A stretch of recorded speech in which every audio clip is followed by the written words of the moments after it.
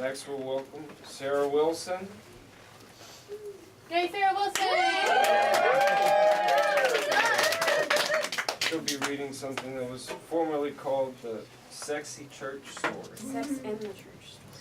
Yeah. Oh my goodness. I wrote this like 6 or 7 years ago and I haven't stopped working on it and I probably will never stop. Preach it. And I kind of mixed it up. I've got a short story instead of some poems. So. Now it's called Waiting for Forever. Title might change again eventually. 12 p.m. I blinked down at my watch. The chapel in front of me is decorated with soft pink roses and white tulle lining the aisles. Everyone is seated and staring back at me. Hammers strike chords, filling the room with a beautiful melody. At any moment, the bridesmaids are going to walk down the aisle, and through those doors, they will be followed by my Mary Elizabeth. I chuckle quietly to myself as I glance down nervously at my watch. 12:07 p.m. My eyes don't move from the door for more than a second or two at a time, while I glance around the room to see if the crowd is becoming as restless as I am. My best man leans into me. Dude, she's like 15 minutes late. What'd you do, scare her off? It's okay, she'll be here, I reassure him as I silently reassure myself. It's just Mary Elizabeth being Mary Elizabeth. She'll be here. After 20 minutes, growing murmurs from the crowd and several pointed statements about the time from the minister, I leave my post and head down the hallway. To my right, I can hear a sound, like the beat of a drum resonating from a room down the hall. I constantly keep checking my watch. As I slowly begin to pick up speed, a loud scream erupts from the room and I break out into a run. The scream was one I had heard before from her, but not one I would have expected to hear in a church. The noises became louder and I realized that I am not the only person suffering from lack of breath. I come to an instantaneous halt in front of a large oak door at the end of the hall that leads to the chapel's parlor, where brides and their bridal party get ready. Mary Elizabeth's sister, her best friend, and a select group of her closest friends, all in the same pretty pale pink dress, pace outside the parlor door, pretending that I do not exist. They all look worried, upset even. They know I know. I burst through the door of the room and it all seems to stop. They stare at me. Mary Elizabeth and a man. I had seen him once before in an old picture stuffed in the bottom of an old shoebox in Mary Elizabeth's room. He's tall and gangly with long brown hair that matches his dark brown eyes. Everything about him is ragged and unpolished. I hate, no, loathe every inch about him, from his stunned look on his face to his red and black heart boxers. Her innocent eyes are brimming with tears as she looks past me. Behind me, the bridesmaids have pushed the door open ever so slightly and have crammed their faces into the crack to watch the show unfold. We stand in silence for a moment, until I suddenly turn around and slam the door, leaving just the three of us in the room. Muffled cries from the bridesmaid being the only sound we hear, as no one moves and no one speaks. I know she's waiting for me to yell at her. Nevertheless, I refuse to give her any satisfaction. My heart plummets into the bottomless pits of my stomach as a surge of numbness takes control of my body. I try to take my eyes off her, standing there with her messed up hair and her half-ripped dress, but I can't look away from fear that it may be the last time I look at her. She would have been so beautiful today, before he ruined her. The man is the first to move. His arms slowly stretch for his clothes, as if I don't see that, as if I'm going to attack him if he moves. He snaps into action, frantically grabbing his clothes, never stopping to look at me, but instead to mutter, "I'm sorry, man, I'm sorry," over and over and over again and under his breath. Mary Elizabeth is next to move, as she walks past me to the door and wraps her arm around her maid of honor's shoulder while she whispers something to her. The girl stares back at me with sorry eyes and begins to herd the crowd away. I can only assume it's what Mary Elizabeth asked her to do. I keep picturing her there, over and over again, her running her hands through his dark, greasy hair, and his hands sliding across her body, tearing off the shoulder of her dress, trying to get to her breasts.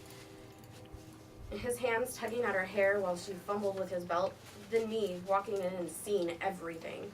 Mary Elizabeth waits to close the door until the last guest is down the hall and out of earshot, and then a loud arguing that she believes is sure to come. I stand there staring out through the window. My eyes move back to the spot where she was originally standing. I feel my body shake, as if I could break down at any moment. It It was nothing. It was just Mary Elizabeth stuttered. I have nothing to say to you, I said in a calm, surprisingly calm voice. It was stupid. Just plain stupid. You did what you did, I replied. I did something stupid. I didn't know what I wanted. Well, quite obviously, it was not to marry me. You've made that very clear. I want you. Her eyes were softened with these words. I chose you. I said yes to you. And then you said yes to him. He was something that I needed to finish before I could have you. You are going to treat me with love and respect. You are going to do great things with your life, and I can depend on you for stability, for life, a family. Is that how you see me? The man that would never leave you, the man who you be with when you're finished with your checklist? No. You don't love me. You love what I am, I tell her. But I want to marry you. Please, baby, she says to me with the pouty face that she has learned will get her anything. But I just stare at her blankly. Baby, please, for the moment I met you, I wanted to marry you. You are the person I'm supposed to be with always and forever till death do us part. She whispers through the sobs, barely loud enough to overcome the silence. If what you say is true, then just tell me that you love me. When's the last time you even said that you loved me? She stares. I don't think either of us remember the last time. It was always just kind of assumed. Well, I say, why don't you say it? I'm sorry, she whispers quietly. She still can't bring herself to say it.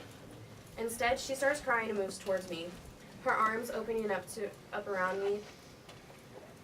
I move towards her and feel my fingers moving towards my belt, slowly unbuckling it. Evil thoughts swim in the tears I'm trying to hold back. The sounds that I heard in the hallway, the images of them together, play like a broken record in my head. The belt is in my hands.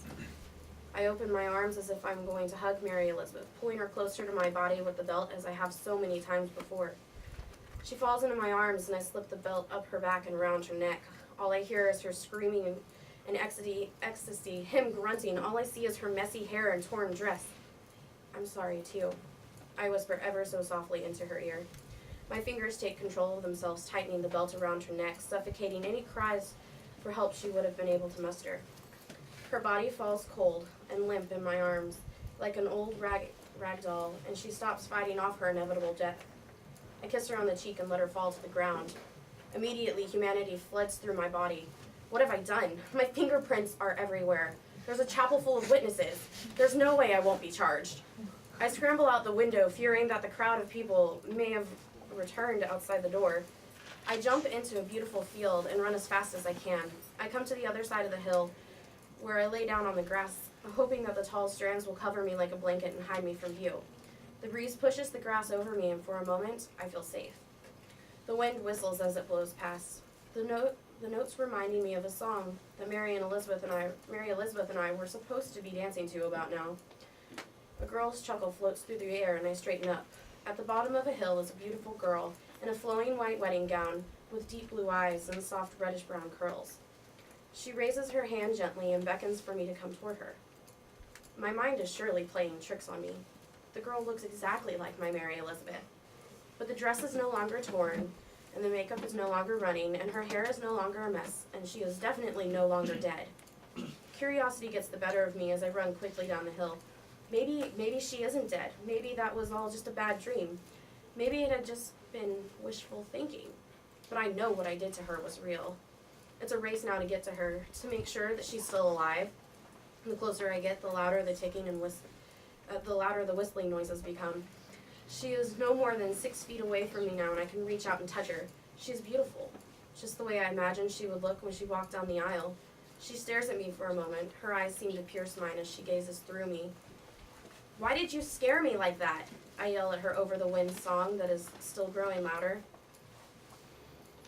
Her eyes fill with life as she glares at me with a look of deep revenge in her eyes, then turns her head to reveal an impression of my leather belt on her neck as she looks to her right.